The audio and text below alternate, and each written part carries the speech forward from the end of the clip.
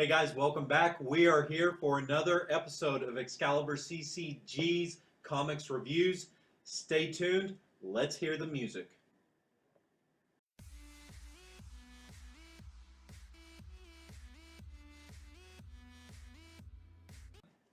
We're back. I'm Randy. I'm Blake. I'm Nate. We are here again to talk to you about number ones, and we're going to discuss one of the books that came out here that all three of us read. This is a longer casting, so if you need to, look down at the bottom, find the link for the MP3, download it so you can listen to us on the go. Enjoy this. It's going to be great. As always, let's just dive right in here.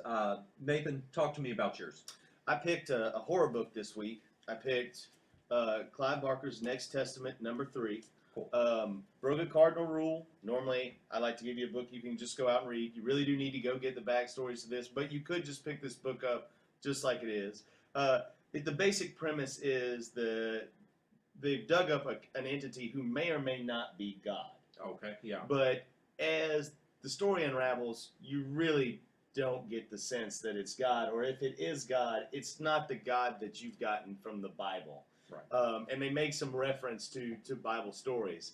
What this book really does is this is the book that amps it up, that begins to take, you're out of the introductory phase, the action has started, the horror has really started.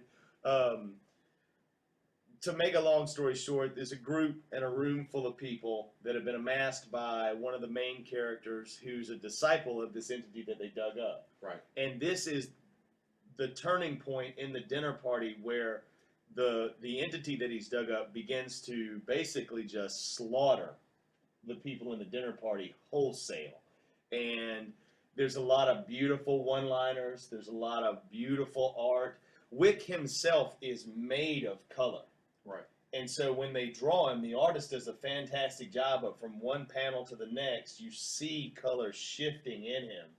And the art and Wick's replies to a lot of the character dialogue are such that you really can't figure it out. You really don't know, is Wick God or one of the Holy Triumvirate, or is this some crazy demon this guy drug up by accident that's just putting this front on, and you as the reader, you have no idea. Mm-hmm. And in seeing what he does to people, you say to yourself, well, that's really terrible, but then you think about some of the fire and brimstone sermons that people used to get, and you go, well, that's possible. But then there are lines like, he kills these people because he deems them poor dinner guests. Right. And that is just maniacal. So if you're not reading this book, you need to get on this book. If you can't get 1 and 2 and you can only get 3, you can start right here. But this is the start of the roller coaster. We've climbed the hill. Now we're about to go up and down a couple of times. This is where the fun stuff really starts if you like horror books. Any OMG moment there? Well, there was, if I can butt in, there was this one moment where we have the only characters that are worth rooting for is this couple, and they're escaping through what looks like to be like an old tunnel in the dining room floor where we're at this dinner party. And there's another dinner guest that is getting away from all the carnage. And like you said, like the color palette in this game, or in this comic, excuse me, the blood looks awesome on the page. But she's trying, like she sees our 2 people that we're rooting for, and she tries to climb in this little escape tunnel after them. And then we see a switching panel from the underside of where this trapdoor would slap shut. And I imagine on the other side, there's just legs hanging out. Yeah, and I mean, like, the pacing in this You just book know that's nasty. is great. And, like, I'm really interested because, like, the title suggests Next Testament. Like, we don't know if this is the next coming of God or whatever, but if it is, we're scared. This is a great horror. I agree. I mean, it's a great and the horror real book. OMG moment, like any great horror story, you're terrified for the characters in the book till sort of the tail end of the book, and you think, okay, these 2 people have gotten away. Right. I'll be able to read about them in the 4th book. Well, he kind of figures out that they're on a plane, or you think he's figured it out, and he sees all the planes in the sky, and he just waves his hand, and they all start to fall. And so at the very end, you're scared again. How in the world are they going to get off this crashing plane? Right. I like that whole terror with it. One thing that should be mentioned, if anybody who knows a little bit about religion, Old Testament God there was a God of wrath and vengeance. He was not necessarily the nicest of guys, so maybe that may be a little more like the Old Testament. And that's the question. The other thing I should mention, let me show real quickly here, people. If you probably can't see it, it says Mark Miller down here. That is not Mark Miller, who writes Kick-Ass and those comics. This is he has written the Hellraiser book comic series for Boom Studios. It's a different one, but the people who come into Comic Shop are loving what he's doing there. So, and I also apologize for using OMG. Sorry. We're not texting here. So, Blake, talk to me about your number one. Man, my number one, I'm so excited to talk about it. It's Five Ghosts, The Haunting of Fabian Gray. Let's see it. This is actually an awesome cover. And really, I always figure great books by their covers because great books have great covers. And this one has really just been a great progression. Now, this one that was supposed to end with just 5 issues. It's supposed to be just a quick shot. Right. But these guys have done such a killer job that we're getting number 6 in October, I think you said. Right. And Yeah. really what we have in this is Fabian Gray. In this issue, he's waking up out of being tested because he's possessed by 5 entities: a samurai, a master sleuth. He's possessed by like a Robin Hood type character. That's right. I was trying to. Right, go. and then you know we have a magician that's kind of based off the Merlin kind of character. Okay. And last but not least is one that he almost wishes he didn't have is a vampire character. Right. And he's in the process of being tested because these entities aren't there by will. He's actually stolen or treasure hunted a dreamstone, and that's where he's gotten these powers from. Now we have a big, and this issue, like, hell is pissed that he has these 5 great entities in him. Right. And he has all these powers all of a sudden. So they send kind of a, you know, they commission somebody to go out and, like, the way this guy obviously has done his research, and he's got this look on his face like there's nothing that's going to stop him. There's not any of these 5 entities. He knows all his tricks. You know, you can tell by the smile on his face. This book has a really great supporting cast, I want to mention. Just like the old Indiana Jones, you know, movies, they got those other characters that just make the movie, and like those are in here in leaps and bounds. And then what we have is at the start of this book, he's passing the final test by the 5 ghosts, where they kind of accept him as their master and domain. Okay. And then in this book, it's the last one, the vampire, and he almost fails, but he passes the test. And he comes out, and while he comes out, this guy's made it all the way across the world to where he's at, and he's helpless while he's being tested. They have him chained up and underwater, you know, and then it's so epic. And then, but he has a, like I said, the supporting cast is trying to look out for him, and we have this malignant entity that's just out for slaughter. Like run, I'm glad you're running, love the chase, you know. And we see is like at the end, right as he's about to kill the supporting cast, we see Fabian Gray pass the test, comes up, and then they start to do battle. So the And hero so, rises. like, as in, like, a true, like, this is number 5 of 5. Like, it was going to be the last one if the fans didn't roar for more. And they ended it with a bang on the story arc. And, I mean, they do battle, and this guy ends up going from smiley face, I know all your tricks, to something new here. You know what I mean? And, like, ends up getting completely destroyed. 5 ghosts, I mean, it completely surprised me. I'm so glad this book is getting sent into a regular print run, and I can't wait to see it again in October. Cool. So I'm guessing one of the things that will happen here is that people will be able to pick up the trade here, get caught up on that while the creators go through and put together the next story arc there. So, and actually, smart. I think the trade paperback, they did mention that it'll be out sooner than later. So Right. people can get caught up on it. And I think that's one of the image things that's successful is putting that out so people can get it Right. before the next. Let me ask, book. would you recommend trying to jump on with this book or waiting for that trade paperback? Well, with the trade paperback, it's going to allow you just to catch up because, in my opinion, I think this book is so hot that you're not going to be able to find it. And if you do find it, you're going to have to pay more than you want to for it. But you know, like I think kind of what he's asking is, with the next story arc, do you feel like it's probably going to be I think they're a gonna pretty accessible thing where you Like, don't necessarily Could have you to hop have in on this? 6? Well, look, can you watch Indiana Jones without watching Indiana Jones and the Last Crusade? I mean, it's the same Well, way. You yeah, know, we okay, have I see what like you're right, we have the completion of an arc in here, and we're gonna start fresh. But you know, it's really gonna be great, and that's what I mean is they have so many different stories that they could tell in here. I'm really excited for this book. Cool. We'll definitely flip through, if not pick up the book there, just to see. You know, I've kind of limited myself with a Right. few of these reads, but I'll have to give that another go round here and check it out again.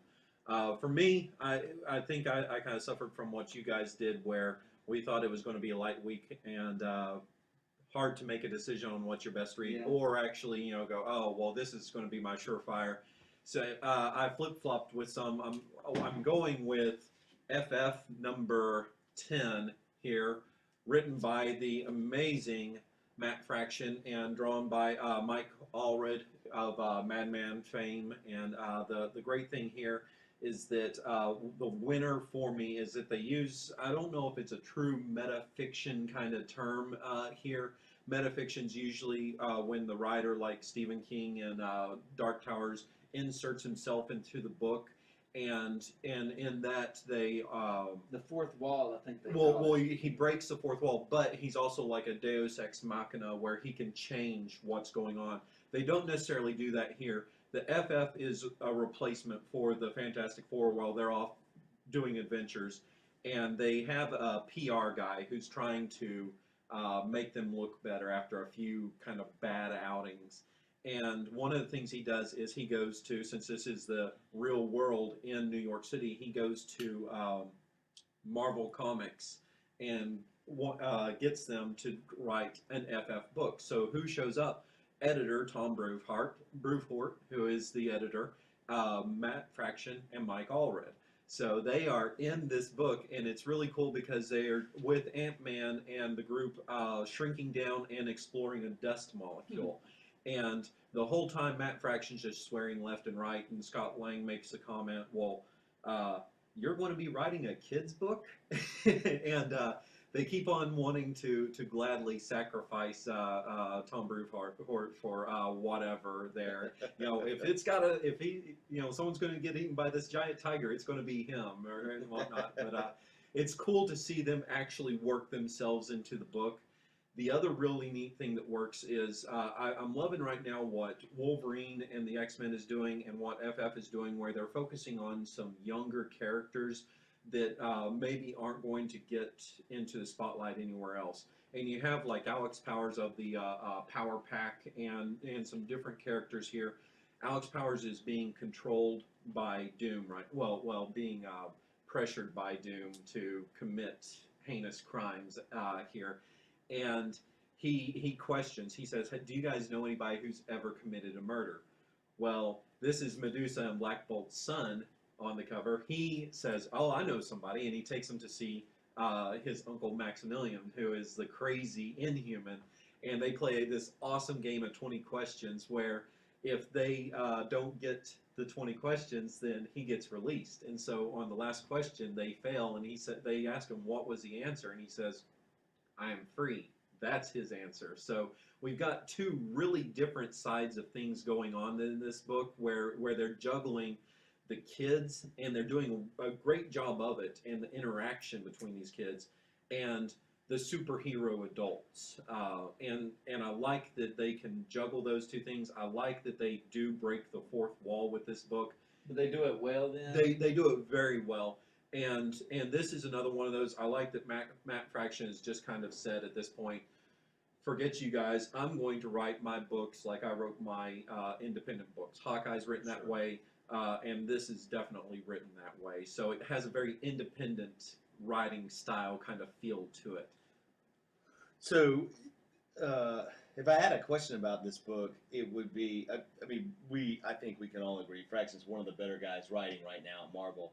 Is this a book that's going to be something similar to, say, like Spider-Man Team Up? Are you seeing a different hero involved with the FF on an issue-to-issue basis? No, the FF is Medusa, Scott Lang Ant-Man, She-Hulk, and then this rock star girlfriend of Johnny Storm's. He didn't pick his person, so he's just like, hey, you're gonna fill in here, and she's in like this Thing bodysuit there when it's from long ago Sure, where Thing I remember. lost his powers and had to get. So she's in that, and it's this ragtag kind of group who is filling in for him. So they are there consistently, and the FF is the Future Foundation kids from the previous FF Sure. run that they're now in charge of looking after.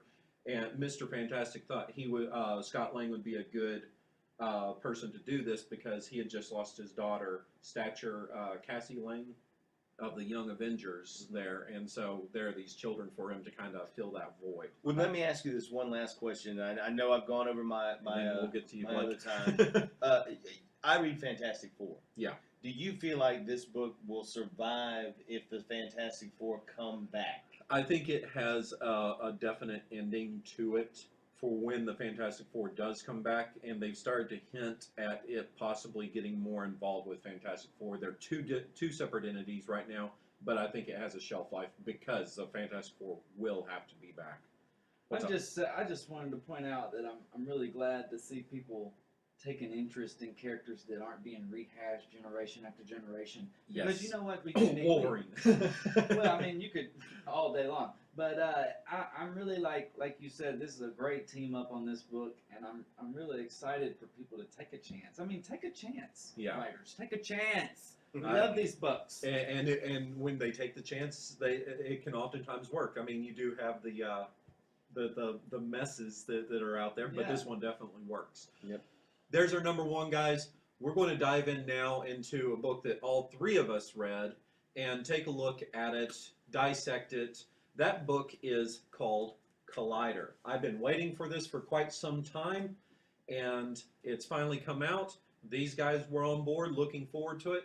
Let me give you a real quick, brief description of what this is. And if you watched our video, and if you did not, shame on you. Our video telling you guys what to look forward to with the upcoming week of July 31st, 2013. Didn't put that in at the beginning. Shame on me.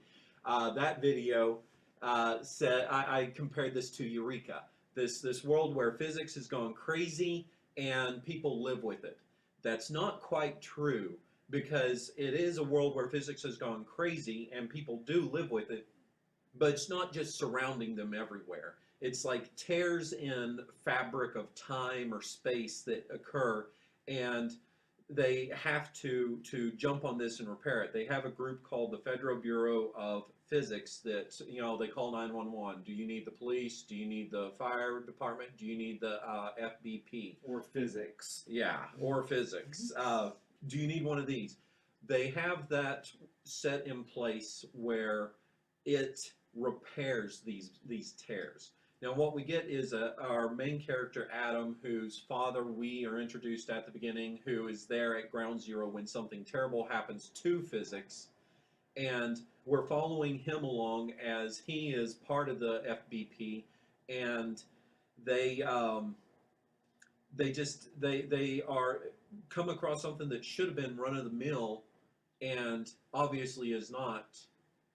Things happen, and we also see someone who should be his buddy, or is his buddy, that is involved in a little more shady business than what Adam realizes, or probably anybody else in the FBP realizes. So that's where we're at with the book. My first thing with you guys, I'm tossing out there, the artwork is Robbie Rodriguez. What do we think about the art? I'm going to jump in here and say that the art, at first glance, because I had a big stack this week, I had to come back. But I actually came back and read this book for a second time, and the art is bold. The art is not like what is on the shelf. This is its own book, guys. Mhm. And I'm going to tell you, this art has swagger. Okay. And I'm really excited. This guy, Robbie Rodriguez, obviously these people care a whole lot about this, because you can tell in every line on a wrinkled lip or whatever. We have so much. We have so much from so little. You Right. know what I mean? And that's what's so great about the art to me. Okay. Nathan, you agree? No, for me, No. it was a big swing and a miss. I mean, The whole thing at the end of the book where they're looking at this space-time rip and he goes in and the color to me looked like some sort of weird Panama City tie-dye shirt that you see some like 17-year-old girl getting out on her third spring break with her boyfriend before they head back to the trailer. I mean, it's all hot pinks and purples and yellows. Right. It was rough for me. I mean, um, the other thing is that, let me just say this. There are certain styles that I don't like, and this one has a more cartoonish style. Right. And at times, for instance, I mean, like, how tall is the director of the Federal Bureau of Physics' hair? Like, how tall is it? Like, do they have people in the bureau that just look at this dude's hair? Like, they just study this dude's hair? I could take some change in the landscape for the art, but it was just too crazy. It was too drastic. Yeah. And to me, this is one of the times, which very rarely happens to me, where the art took away from the writing. Mm-hmm. And I had some difficulty telling who was who, who they were. I had some difficulty kind of trying to figure out some things because of the art. And I felt like this book was a decent number one. One I would certainly suggest you go out and pick up if you're not reading it now and give a look. Maybe you disagree with me. Right. Most sane people do. You have a lot of angry fan boards out there. Right. But I just can't. I could not stay in the writing for the bad art. Right. Well, I'm going to be middle of the road on this because Robbie Rodriguez, I think, is kind of an unknown factor right now. He's done a few things here or there. He hasn't had a big breakthrough yet. I love the cover of this. The cover was great to me. Mm-hmm. I like that style. I do like, when done well, a cartoony style, and I like some of the exaggerated body movement that he does in the book. You were just looking at the page with the girl in the air. I love the way her hair looks, her hands out. I thought the art looked great with that. I do like the hair. I thought that hair looked ridiculous, but it gave character to this guy. I agree with you in that the colors were almost the wrong palette choice or something. They were muted at times, and then when you see the pink, it's this stark contrast that's almost too much. But and I also agree that you have times where, you know, when you first meet Adam, you're like, okay, this is Adam. And then when he's walking up, I didn't even know that was him. And when you see his friend, whose name I'm forgetting, what's his buddy's name here? Jay. When you see Jay up at the top of your page here, he looks like an old man. He looks kind of like Mike Holmes to me. And then later on, with you see him, it's like, oh, he doesn't have that receding hairline. He looks younger than he did in the first panel. So there are a few things like that. But overall, the art was not where I had a problem with. Well, I didn't have a problem with it. I just, as far as the art goes, I think what these guys are talking about is like what we have in the first half of the book are a lot of blue backgrounds. And what it is I think is the artists are trying to convey that this is a mundane, and then boom, we've hit something that's not mundane. Yeah. And maybe that's what, but what I really like about that cartoon style is that with the exaggerated little bits of each character is you get a lot more characterization to the minor characters who probably never even get a chat bubble. You know what I mean? And that's what I really love about an artist that can convey so much through no background at all, just giving you the lines on the face. Yeah. You know what I mean? I just can't. Well, I mean, you know, and that's so that's the cover, all right. And it just tilted a little more. There we go. Not having the light on that. There we go. It looks good now, but this is a hot pink tattoo. Some girl convinced you. But you know, real men wear pink. He's all about. So. Yeah, no. But now let's go to what I felt was the strong side. Yeah, I was about to say that. The writing. The writing. I mean, when she's on that telephone when the guy says call 911. And she calls 911, and you think you're going to get a standard, you know, the operator's probably going to be like, I don't know what to do, or kick it over to someone else. And she says, do you need fire, ambulance, police, or physics? It's almost like getting in a car that you know has a great engine and hearing them fired up, but you haven't actually seen it go yet. Right. You know from that instance, this book is going to be some kind of interesting. It may not be interesting enough to hold you through the whole book, but at least that setup, it hooks you right in. Right. And for me, the writing was good enough when it would slow. And there are some places where it slows for you to get some character backstory and to kind of meet some people. something happens that hooks it right back in. There's always, the writer does just enough of keeping their foot on the gas to keep the book going all the way through. And it wasn't, I've read plenty of books where the art was so bad that the story just couldn't carry it, and I've closed the book and put it down. Absolutely. And that is absolutely not the case for this book. Yeah. I'll get the number 2 because the writing, again, was just so strong. And when you're done, he's done a good job of making you feel connected to these characters. When Jay does the thing that he does at the end of this book, you're not instantly wanting to write him off. You want to know how he got there. Well, you kind of like his character at first, and I almost felt like, oh man, really? But I mean, it's a plot device that's been used before. They're using it here. I'm fine with that. What you were saying about the beginning, where the operator is there, you just went and saw Ghostbusters with your kid in the theater. It almost reminds me, when mentioning Ghostbusters earlier today, it almost reminds me of when Janine is on the phone there talking to the people. It's just one of these things where it seems almost matter of fact the way she's stating it, but it's so out of the ordinary with that, and it hooks you with it. It draws you right in and you go, there is something a little different about this. Well, I mean, what we have in here, if I can maybe get on the story just a little bit, Sure. Is that we have this progression where we're in this character and they do have these jobs in physics, but there's almost something to where they've been going around and, like, say we'll have an anomaly with gravity or something like that. Right. So we've had calls before. These teams are obviously there to respond, you know what I mean? But they don't know what's really going on. You can tell that even the high command, they don't know what's going on, because when he goes down there, they go to investigate, and he's supposed to be sewing fabric back together. Right. And then, we get this big burst where he's like, where's my backup? Stuff's starting to go haywire. We don't know if our main character's going to make it. But he does. He gets hit on the head. But they're all like, hey, I wonder if he saw anything. Hey, man, did you see anything when you went back? And, like, so I really think that, like, it's all unknown, even for the characters in the book. And I'm really excited for this one.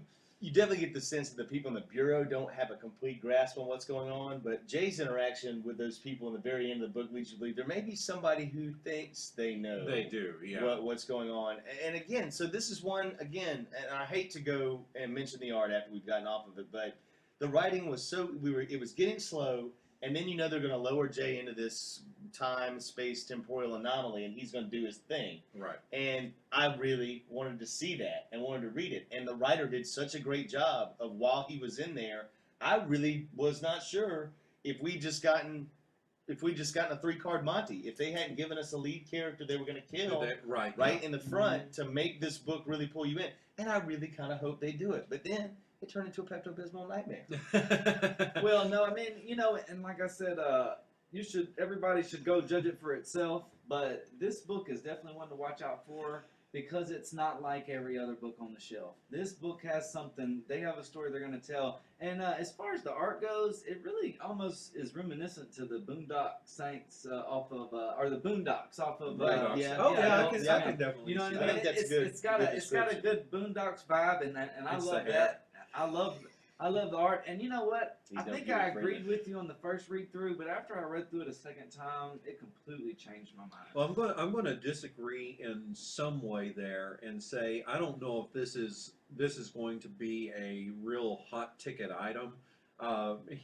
Simon Oliver previously did a series for Vertigo Comics called Exterminators, and Exterminators had much stronger art on it with Tony Moore who started off doing the Walking Dead art and Fear Agent. He was the artist on the book, and it was kind of the same thing. Real strong story, but I don't know if it's too obscure or if Vertigo just it doesn't. About the only things recently from Vertigo is almost 10 years ago with Why the Last Man and the beginning of Fables that have really caught fire and caught someone's attention. So I think these things may be on the kind of in the transition period where they're not going to be real hot ticket items, but it's a really intriguing and story that you're getting here that people are going to miss out on, and probably not realize that they are sorry that they did miss out on it. Yeah, Yeah, no, I agree. I don't mean to interrupt, but this book, I'm still on the fence as to whether I'm head over heels in love with it or Right. not. But I think that we do have a solid project here that I'm interested I in. think we're all going to go pick up number 2. Yeah. And then, despite the fact that the art it just really wasn't for me, the color palette really threw me off. This is not a bad number 1. This is not something that I think that the writer or the artist, swung for the fences and missed. It just, as we've been doing this for the past 3 weeks, right? Or maybe an in the park triple. We've read a lot of number ones that have been just fantastic. I mean, we just went through Lazarus last week. Sure. We've done number 1's as picks of the week. Uncanny, we had just recently, I mean, East there's of been a West. slew. There have been tons of really strong number 1s. And this just wasn't. It just wasn't there. You've had a lot of 10s, and this is an 8.9 or a 9.5. Sure. I give it an 8 there. I give it an 8.5 with potential. So we'll see where it goes. One of the good things here that this book does, I like that when books are able to bring a person in and not have them feel fearful of what they're reading here. And whereas the writer's given us all this craziness with the physics and everything, he's given us a lot of conventionalities that and archetypes of characters that we've seen all over the place before. So, you have the lazy, good-for-nothing son that eventually is going to have to grow up. You have the best friend there who's got some shady dealings. You have their boss, their superior, who is this book-smart, Ivy League school graduate that doesn't really understand the practice. He's more of the theoretical. Yeah, Egon is a good way of describing that. You have these characters. You have situations where the hero has to, or the main character, he hasn't been too heroic yet, has to be saved by his buddy there. And so you know that when he eventually does find out about his buddy working with this other group or person or something, he's going to be crushed by it, or he's going to have this decision to make about it. So you have those conventionalities with it that I think make it a lot easier for us to want to pick up the second issue. I agree. So, any other closing thoughts on the book? You know what? I think that it speaks for Clotter a lot that we can't decide about it because, like I said earlier, we're having a lot of rehashing material. And I'm glad to see somebody trying something fresh. Yeah. You know what I mean? And so let's hope it goes well. Let's hope not. But like I said, there's a lot of great books out there, guys. Yeah, give me a couple of recommendations here. What else that we didn't talk about, Blake, that you would recommend? Real quickly. I've been reading Constantine. I'm not a big superhero guy. That came out this week. Now, this week, like I said, the 3 biggest books are in front of you. I have another one that I really enjoyed. I think it's called Acanero or Acanero. Yeah, Acanero, but that was the finale. Yeah, that was right? the 3 of 3. Who knows if that? But actually, the third one was the strongest one. But I also had what was that other one? I don't want to take up a lot of time trying to remember. I have so many comics that's like this big, but really, The Wake. The Wake, yeah. I feel like Scott Snyder, he is working hard in this industry, guys. And for me, The Wake is one of those things where I could tell we have a really talented team. And I'm reading so much stuff that maybe I don't remember every detail from number 1 and 2. But with this last book that came out this week, it was really like there was action in it, and it really kind of busted loose. It's like if we had a welled up pool that all of a sudden you shot a shotgun hole inside of it and it bust through. That's what this number 3 was for me in The Wake, and I'm really almost now. I was gonna unsubscribe to it, but now I'm ready to see it through to its conclusion. Yeah, for me, the 3rd issue of X-Men with Brian Wood and Olivier, however you say, Koipel's art there, and that has some sexy art and that's some sexy writing. That's all I can say about that. They just put this book together so well, and the pacing with it, it's just like, it's that cool book. It's the cool kid you want to just know. Nathan, and then there's me, and kind of Yeah. and then Not even really sure how to take that. I don't know. You were the cool guy. And then there's me, and that's that book. There's in the bar. Everybody talks to you, and I'm kind of sitting there going. Speaking of cool books. Oh wait, go ahead. Oh no, the other one was Daredevil number 29. There, it's not drawn by Chris Samney, but the Rodriguez guy that is filling in is awesome on this, and it's just like paranoid to the extreme, but it's totally understandable with it. Mark Waid. Real quick before we're done, I just want to ask you guys. I think when I was in there buying my comics, I was almost done. Before I checked out, you handed me Tom Strong and the Planet of Peril. What did you guys think? It was awesome, was it not? That is, so if I got to give you mine, walk in the comic book store and buy these books. Tom Strong and the Planet of Peril was awesome. It was awesome. Captain Midnight, issue number 1, was awesome. Indestructible Hulk, Agent of Time, was also awesome. Kind of a follow-up off of Age of Ultron. And those for me, and then, of course, all the books that we saw here, but those for me are books that you need to go out and you need to get right now. That Tom Strong is an issue 1, and it's just a perfect jumping on point. There are a lot of people familiar with Tom Strong. It's going to be a good book. That's the one that I read Tom Strong in trade, so that's one I'm going to wait on until I get the hardcover of it, just because it looks pretty on my shelf. Sure. So there you have it, guys. We have Collider, where we've really kind of been unable to make a real distinct decision on it. We'll pick up the second issue. Feel free to tell us what you think about it. We have FF, New Testament, and 5 Ghosts that you heard about here. Chime in on it. Do you agree with us, disagree with us? What is it that you would pick as your best pick of the week? That's going to pretty much wrap it up here. Remember, if you like what you're hearing here, what you're seeing here, press like, press subscribe, press share, do all of that. You can always find us at Excalibur Comics here in Shreveport, Louisiana, or in Texarkana, Texas. It's on the Texas side, not the Arkansas side. And you can find us online at ExcaliburCCG.com, YouTube, ExcaliburCCGTV. That's it this week. Remember, as always, I'm Randy. I'm Blake. I'm Nate. We'll see you next week.